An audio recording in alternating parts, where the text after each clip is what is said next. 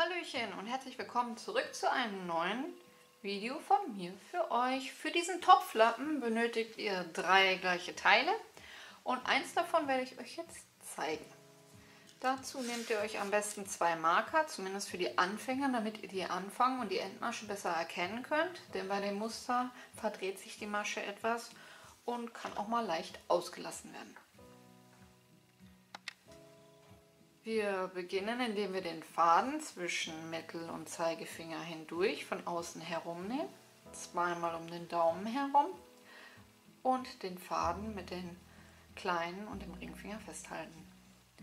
Dann geht ihr mit der Nadel von oben nach unten hindurch, holt euch den Spannfaden aus der Mitte, durch eine Luftmasche und durch eine zweite Luftmasche. Dann könnt ihr den Daumen aus der Schlinge ziehen und häkelt um die beiden Fäden herum 2 halbe Stäbchen.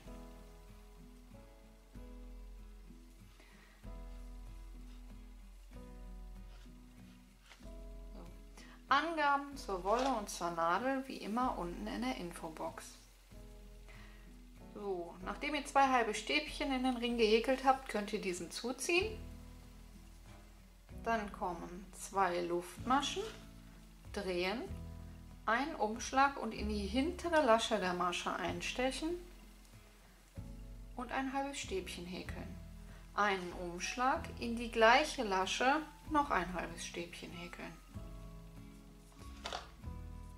Einen Umschlag, in die nächste Masche komplett einstechen. Guckt, dass ihr da etwas seitlicher einstecht. Ein halbes Stäbchen und nochmal in die gleiche Masche ein halbes Stäbchen. Seitlicher, damit die beiden Seiten etwas gerader sind. So, und hier seht ihr das schon, die Masche beugt sich etwas nach vorne und deswegen dann lieber die Marker setzen. 2 Wände Luftmaschen, drehen und in die erste hintere Lasche 2 halbe Stäbchen häkeln.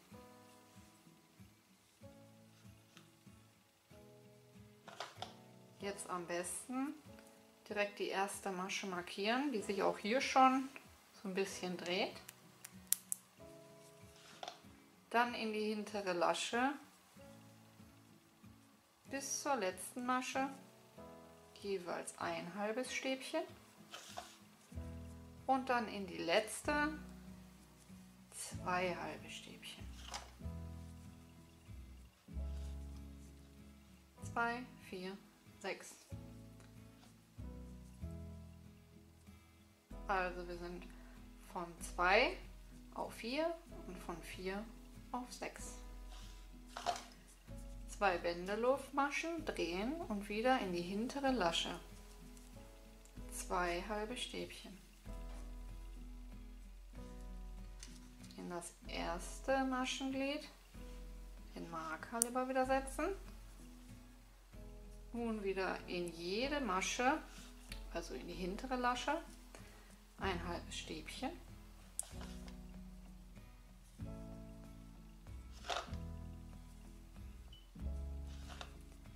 Und hier in der letzten, wo wir den Marker haben, wieder 2 halbe Stäbchen, aber in die ganze Masche einstechen.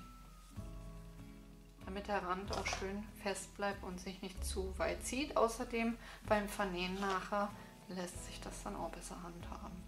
2 Wände Luftmaschen, drehen, wieder in die erste Masche ins hintere Schläufchen, 2 halbe Stäbchen, Marker wieder setzen.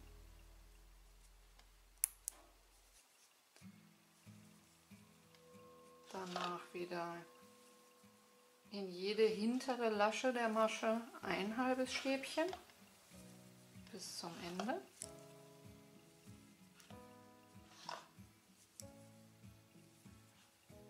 Und hier wieder gut zu erkennen durch unseren Marker.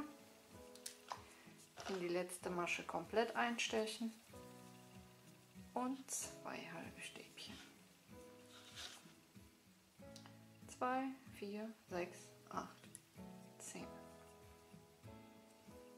2 Wendeluftmaschen in die hintere Lasche, 2 halbe Stäbchen, den Marker wieder in die erste Masche setzen, danach in jeder Lasche nur ein halbes Stäbchen.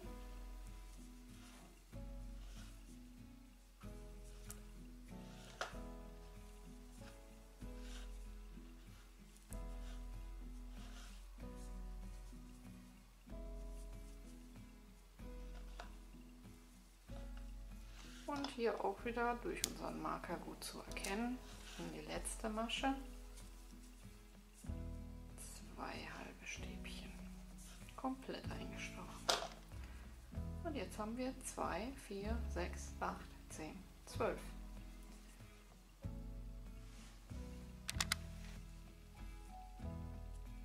Zwei Wendeluftmaschen und wieder in die hintere Lasche 2 halbe Stäbchen.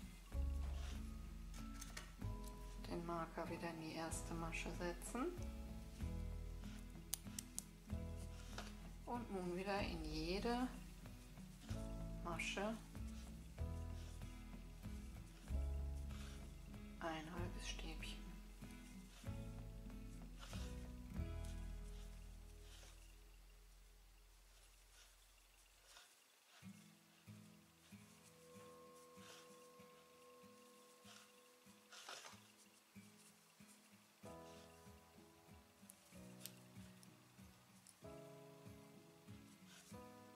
Marker rausnehmen und in die letzte Masche 2 halbe Stäbchen.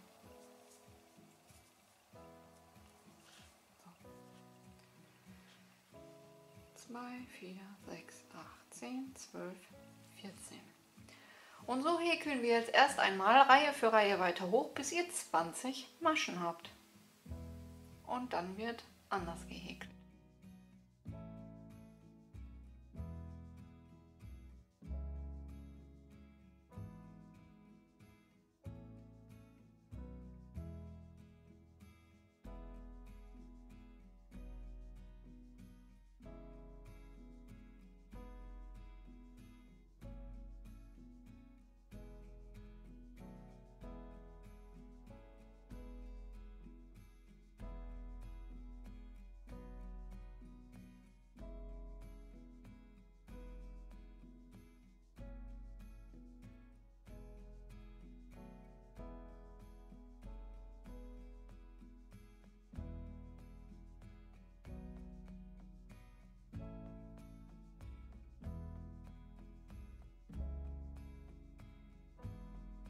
Wenn wir 20 Maschen gehäkelt haben, kommen wir nun zu den Abnahmen. Dafür machen wir 2 Wendeluftmaschen, einen Umschlag, gehen in die erste hintere Lasche und dann in die zweite hintere Lasche und maschen diese gemeinsam ab. Auch hier wieder besser den Marker setzen, da die Masche sich verdreht.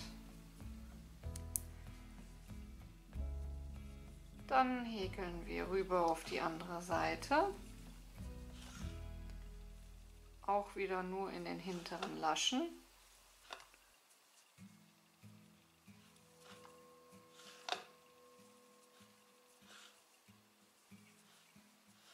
Bis wir nur noch 2 Maschen übrig haben.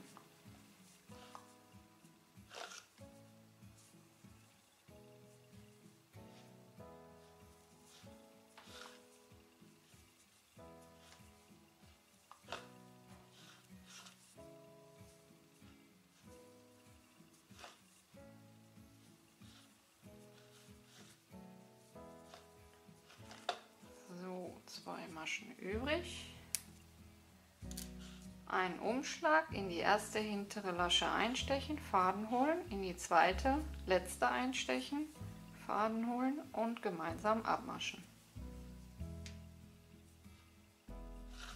2 Wendeluftmaschen drehen, einen Umschlag in die erste hintere Lasche einstechen, in die zweite Masche einstechen und alle Laschen gemeinsam abmaschen. Und auch hier wieder den Marker setzen.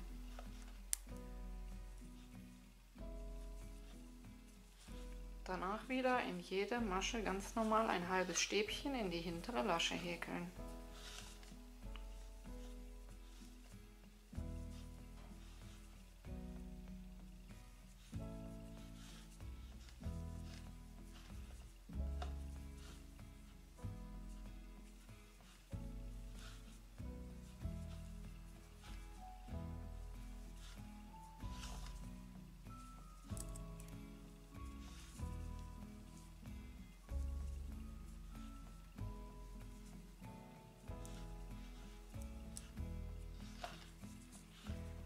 Und auch hier wieder die letzten beiden Maschen, einen Umschlag in die hintere einstechen, Faden holen, in die letzte komplett einstechen, Faden holen und alle Maschen gemeinsam abmaschen.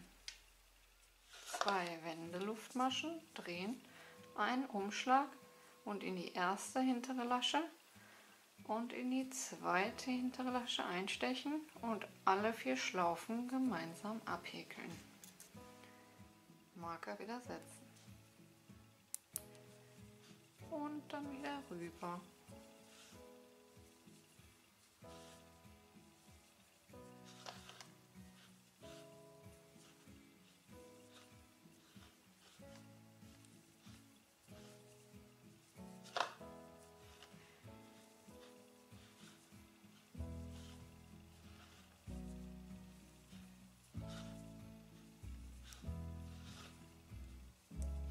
Und ein letztes Mal zeige ich euch nochmal eine Abnahme.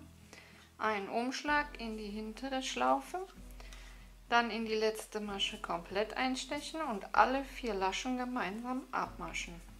2 Wendeluftmaschen, drehen, in die erste Lasche mit einem Umschlag einstechen, in die zweite ohne, 4 Laschen auf der Nadel und wieder gemeinsam abmaschen.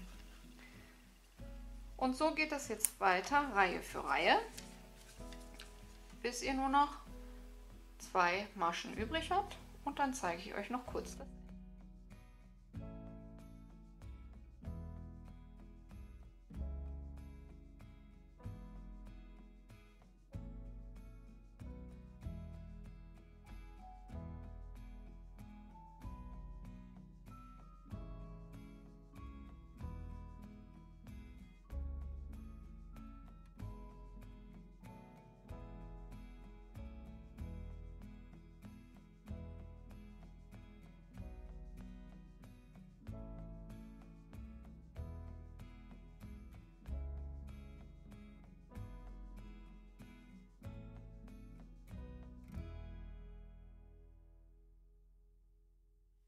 Und am Ende die letzten Maschen, die letzten 4, einstechen, Faden holen, einstechen, Faden holen, gemeinsam abmaschen. Die letzten 2 Faden holen, auch in die letzte komplett einstechen, gemeinsam abmaschen, nur noch 2 Maschen. 2 Wendeluftmaschen, in die hintere Lasche einstechen, Faden holen, in die letzte komplett einstechen, Faden holen und alle gemeinsam abmaschen, sodass ihr nur noch eine Masche am Ende übrig habt. Dann könnt ihr den Faden abschneiden, Faden durchziehen, dann stechen wir nochmal in die Masche ein, holen den Faden hindurch, nochmal durch die Lasche und schließen das Projekt und fertig ist das erste Teil von 3. Nachdem wir dann 3 Teile davon gehäkelt haben, setzen wir diese so zusammen und vernähen noch alle 3 Teile zusammen. Das hier wird sich dann dementsprechend noch zusammenziehen. Da braucht ihr euch keine Sorgen machen, insofern ihr alles auch gleich gehäkelt habt. Und wie ich das Ganze vernähe, zeige ich euch jetzt noch kurz.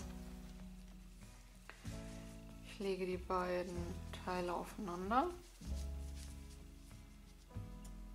gehe hier einmal komplett rum. So.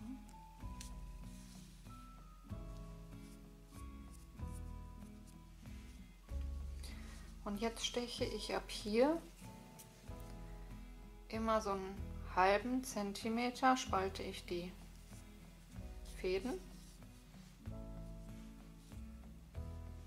Erst in die hintere weiße und in der gleichen Höhe, am besten legt ihr euch den Faden so rüber, ab dem Faden in der Vorderreihe bei der Schwarz wieder einen halben Zentimeter. Dann legt ihr euch den Faden wieder rüber, dann gehen wir wieder zu der Weiß, in der gleichen Höhe. Fäden spalten.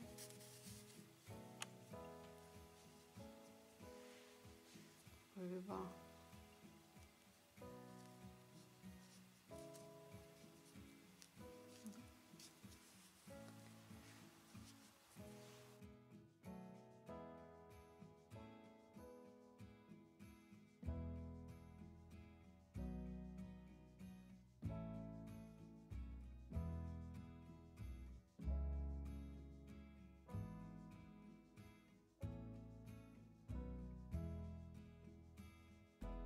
Das Ganze dann bis zur Mitte,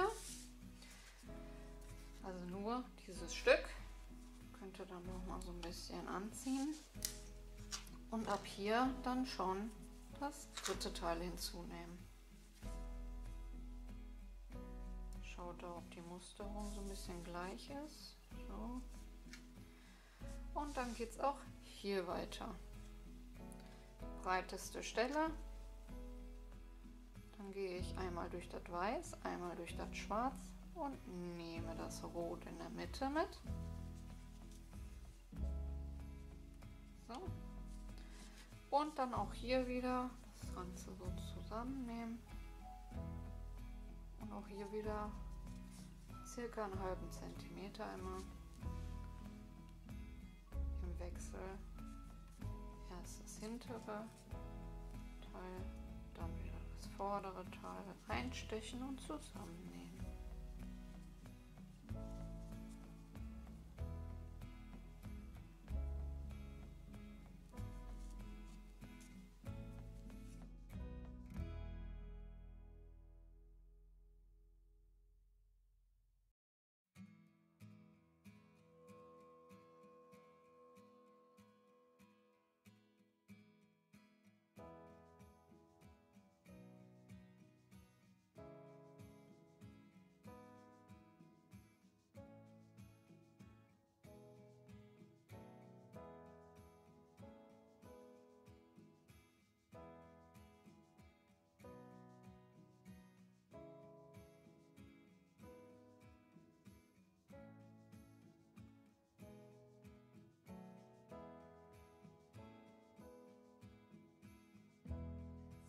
Entscheiden wir uns noch, wo wir das Schläufchen hinmachen wollen. Entweder bei Weiß, dass der Würfel so steht, bei Schwarz oder bei Rot.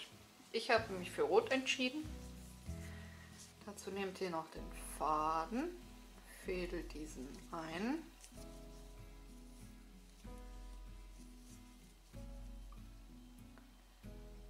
Dann mache ich die erste Luftmasche mit beiden Fäden.